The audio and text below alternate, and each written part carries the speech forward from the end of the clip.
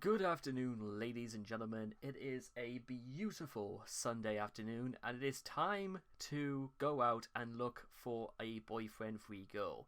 And where do we look for her, ladies and gentlemen? At an attraction location, of course. Guys, if you've never heard this phrase before, trust me, you're not alone.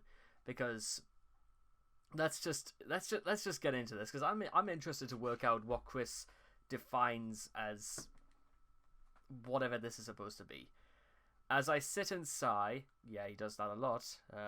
Yep. I watch the girls go by, afraid of a lame introspection. I sit out in the open without hesitation. Matching girl descriptions are free. I wish one girl would notice and approach me. A poem by Chris. Whatever. An attraction location, also called an attraction spot, is a quickism for any place where Chris sits passively, hoping to attract the attention of single women. Notice this is in singular. He means any woman that will just come forward. Along with his attraction sign and Axe body spray, use of an attraction location has been a crucial component of Chris's love quest. In practice, the attraction locations that Chris chose left him exposed to discovery by various authority figures, mostly in places where loitering is not permitted, who take umbrage with his methods. He steadfastly refused to abandon his post until he was either banned or forcibly removed from the premises. Undaunted, he would go on to find new attraction locations, only to be banned from them as well, etc., etc., etc. What typically happens when Chris visits his attraction location? A jerk-off, I can has China, please. Okay. That's... It's interesting to note that the use of these different locations marks some of the few significant milestones in Chris's life between 2003 and 2008, and even this minor change in his routine was forced upon him. It's entirely possible that if Chris had made less of a ruckus, he might still be sitting in his original location to this very day, indifferent to the years wasted in his fruitless endeavor. Attraction locations: Charlottesville, Piedmont Virginia Community College until suspension on the 16th of September 2004. Way to go, Chris. University of Virginia until December 2004. Briefly returned during March 2009 following the Julie debacle. Charlottesville Fashion Square, February 2004 until banned on the 29th of March 2005. Briefly during March 2009, May 2009 until imminent per bannum. Despite said ban, Chris is again using the mall as an attraction location in 2012. Getting banned twice, but these bans mean absolutely nothing when you can just go there anyway. Walmart, until kicked out on the 20th and the 22nd of June 2005. Target, until arrested and thrown out on the 20th of July 2005. That marks the first time he ever got arrested. Wow. The gameplays. Although not primarily an attraction location, Chris met Megan there and refused to let her go. Poor Megan. And possibly considered it a good place to meet subsequent women, at least until permanently banned on the 28th of August 2008. Fridays after 5, used in June 2010, sporting a muscle bra he'd written on, seemed to attract the attention of a few underage girls.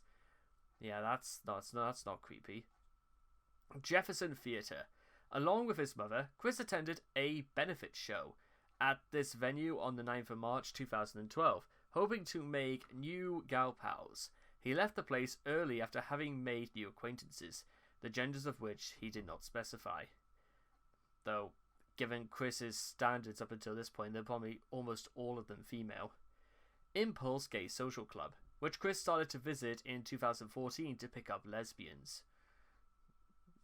When was the last time he actually ever went back to that club? Just curious. In Ruckersville, 14 Branch Lane Court. Since late 2008, Chris has mostly confined his love quest to the internet. While perhaps not officially an attraction location, his basic technique of sitting around waiting for love to find him remains unchanged. Attraction time. Chris's time spent at his attraction location would be called his attraction time. What the hell is an attraction? While waiting for a boyfriend-free girl to approach him, he would do things such as play on his DS, watch videos on his DS, pace back and forth, sing loudly, and so forth. These activities, which obviously were rather distracting to more patrons and not terribly attractive to nubile passerby, would factor into his being banned from such locations. Due to his imbalanced biological clock, that should be Cardiacian clock, typically causing him to crash into slumber at about 6:30 in the morning and wake close to noon, attraction time would generally take place in the mid to late afternoon. This time would conveniently, and to the horror of the female patrons of Fashion Square, provide a higher concentration of potential sweethearts for Chris to harass. Harass is absolutely the right word.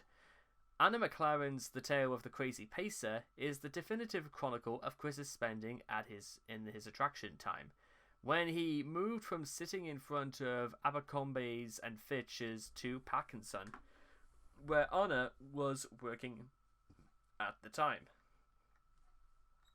And that technically concludes this part of the Quickersome as part of the relationship era in the Quictionary. I think it's pretty obvious, ladies and gentlemen, from what is known about Chris is that he will go to great efforts to make a complete arse out of himself, because in his eyes, he thinks this is the one way that he will get attention.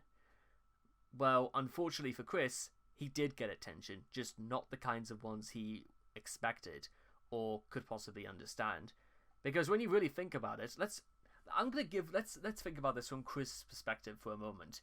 If he's just sitting around and he's not doing anything wrong, then why are, security and personnel coming up to telling Chris to leave? You'd think, in Chris's perspective, why exactly is this allowed to happen? Because what has he done wrong? Well, unfortunately, because of, Virginia's state when it comes to, what's the right word? Soliciting sex laws, which are, for the most part, undesirable, if not outright illegal in the state of Virginia.